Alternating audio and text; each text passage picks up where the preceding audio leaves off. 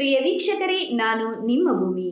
ಕೊಡಗು ಜಿಲ್ಲೆಯ ಸೋಮವಾರಪೇಟೆ ತಾಲೂಕಿನ ಶನಿವಾರ ಸಂಜೆ ಹೋಬಳಿಯ ಕಂದಾಯ ಇಲಾಖೆಯಲ್ಲಿ ಅಟಲ್ಜಿ ಜನಸ್ನೇಹಿ ಕೇಂದ್ರದಲ್ಲಿ ಆಧಾರ್ ಸೇವೆ ನಿಂತು 1 ವರ್ಷ ಕಳೆದಿದ್ದು ಜನರಿಗೆ ತುಂಬಾ ತೊಂದರೆ ಆಗುತ್ತಿರುವ ಬಗ್ಗೆ ಕರ್ನಾಟಕ ರಕ್ಷಣಾ ವೇದಿಕೆ ಜನರಿಂದ ಮನವಿ ಬರುತ್ತಿರುವ ಹಿನ್ನೆಲೆಯಲ್ಲಿ ಶನಿವಾರ ಸಂತೆ ಕಂದಾಯ ಇಲಾಖೆ ಉಪ ತಹಶೀಲ್ದಾರ್ ಅವರಿಗೆ ಮನವಿ ಕೊಟ್ಟು ಆಧಾರ್ ಸೇವೆ ಕಂಪ್ಯೂಟರ್ ಬೇಗನೆ ರಿಪೇರಿ ಪಡಿಸಿ ಜನರಿಗೆ ಉಪಯೋಗವಾಗುವಂತೆ ಮಾಡಬೇಕೆಂದು ಮನವಿ ಮಾಡಲಾಯಿತು.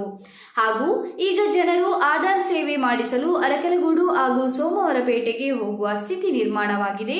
ಹಾಗಾಗಿ ಬೇಗನೆ ಜನರಿಗೆ ಉಪಯೋಗವಾಗುವ ಹಾಗೆ ಹೋಬಳಿ ಕೇಂದ್ರದಲ್ಲಿರುವ ಅಟಲ್ಜಿ ಜನಸ್ನೇಹಿ ಆಧಾರ್ ಸೇವೆ ಮುಂದುವರಿಸಿ ಜನರಿಗೆ ಉಪಯೋಗವಾಗುವಂತೆ ಮನವಿ ಮಾಡಲಾಗಿದೆ.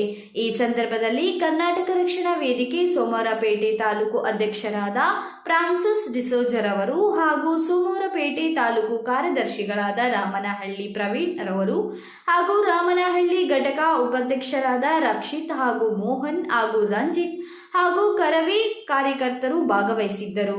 ವರದಿಗಾರರು ಜೆಬಿ ದೇವೇಂದ್ರ ಕುಮಾರ್. ನಮಸ್ತೆ ಸರ್, ಇವತ್ತು ನಾವು ಅಟಲ್ಜಿ ಜನಸ್ನೇಹಿ ಕೇಂದ್ರದಲ್ಲಿ ಆಧಾರ್ ಕಾರ್ಡು ನಿಂತು 1 ವರ್ಷ ಆಗಿದೆ ಅಂತ ಅದಕ್ಕೆ ಬೇಗನೆ ಪುನರಾರಂಭ ಮಾಡಬೇಕು. ಯಾಕಂದರೆ ಇಲ್ಲಿ ಹಳ್ಳಿಗಳ ಪ್ರದೇಶ, ಹಾಗಾಗಿ ಇಲ್ಲಿ ಎಲ್ಲರೂ ಬರೋದು. ಈ ಮೊದಲು BSNL ಇತ್ತು, ಅಲ್ಲೂ ಇಲ್ಲ ಮುಚ್ಚಿಬಿಟ್ಟಿದ್ದಾರೆ. ಈಗ ಇಲ್ಲೂ ಇಲ್ಲದೆ ತುಂಬ ಪರದಾಡ್ತಿದ್ದಾರೆ. ಹಾಗಾಗಿ ಬೇಗನೆ ಮಾಡಿ ಅಂತ ಒಂದು ಕರ್ನಾಟಕ ರಕ್ಷಣಾ ವೇದಿಕೆ ಮನವಿ ಮಾಡ್ತಾ ಇದ್ದೀವಿ ಸರ್.